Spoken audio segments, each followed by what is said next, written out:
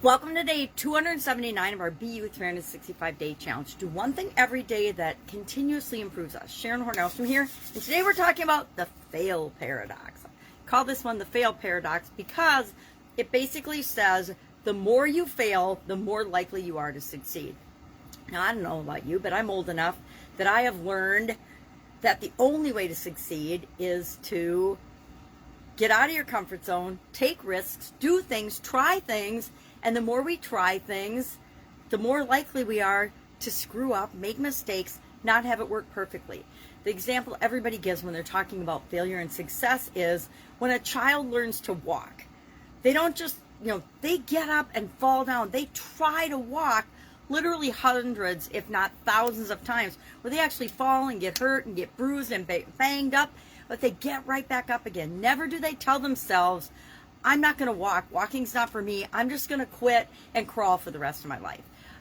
Don't think babies do that. Maybe there's a case of a baby that's done that, but I kind of doubt it. Everybody, for the most part, unless there's something physically wrong, learns to walk. And it's after hundreds and thousands of attempts, right? Tries. If you try or attempt or take action or do until you actually succeed. I think Michael Jordan's got he's got a very good quote about a lot of things, but about failure and success. He's the one that shoots it. I can't remember how many thousand baskets he gets up and shoots every single day. He works harder than anyone else. That's why he's the best in the world at basketball. He tries harder than anyone else. He's put in more time, energy, and effort than anyone else in off-court time, right? In practice, in honing his skill. I think of Tiger Woods in golfing. There's always a GOAT in every industry, right?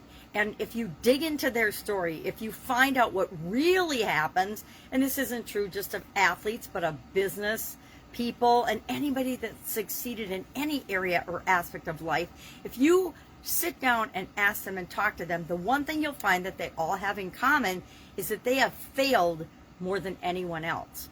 The way to succeed is actually to take action and keep doing until you succeed. Failure isn't final. It isn't the end. It's just a stepping stone. Thomas Edison and the light bulb, 10,000 tries before he discovered the light bulb. Or it wasn't really, whatever. That's a long story too. But the point is, if we want to be good at anything, if we want to achieve anything, if we want to succeed, the only way to succeed is by taking action, doing things. And that means the vast majority of the time we're going to fail. We can fail 10,000 times. It only takes one time to succeed, right? So we just keep doing the things and we keep learning from the things that we do, hopefully.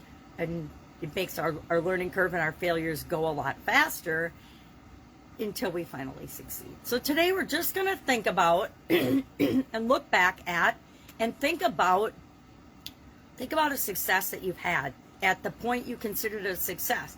And then go back in your memory and remember how many times you attempted to do that thing before you finally had the success. The point at which you'd say, okay, I finally succeeded at that. I think of, there's different tests we take, different certifications, different qualifications, different sports, maybe you took piano lessons and you had to practice 100 times before you could flawlessly perform a piece at a recital. It applies to so many things in our life. All of us learn to walk. If you're listening to me, you can probably walk, and you had to learn how to do that. I don't remember how many times I tried to walk before I could actually walk.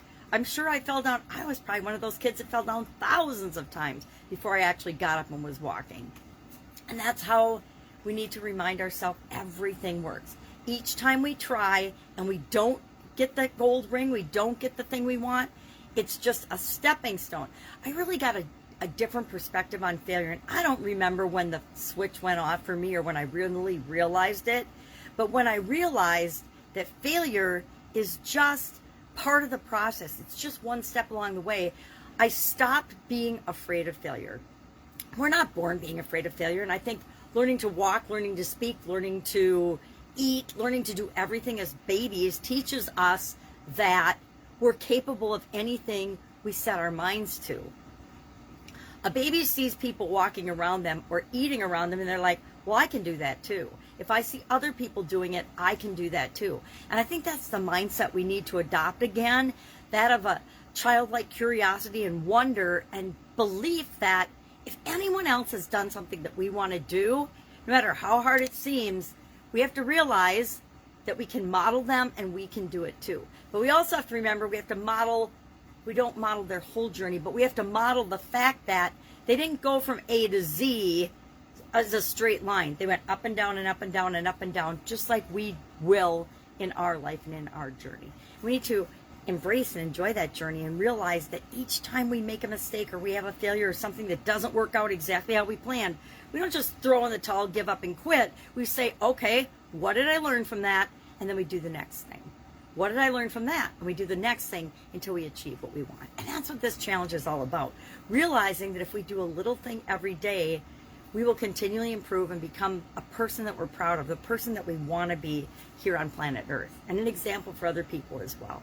So today, just think about success and failure, and is this paradox true for you? It's absolutely positively true for me, and it's actually true for every other successful business person or famous person or person that I've ever met that's achieved anything in their life. If you talk real talk with them, not their marketing story from rags to riches, because there's a lot of those, but what you're missing is the rags to all the failures that led to the riches.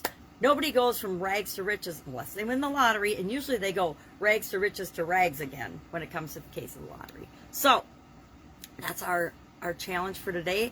Any questions, any comments, share them with everybody else. And me, questions, ask me, and I will answer you. That's what I do. If I can help you anyway, ask. Otherwise, I'll be with you tomorrow. We're going to have another paradox.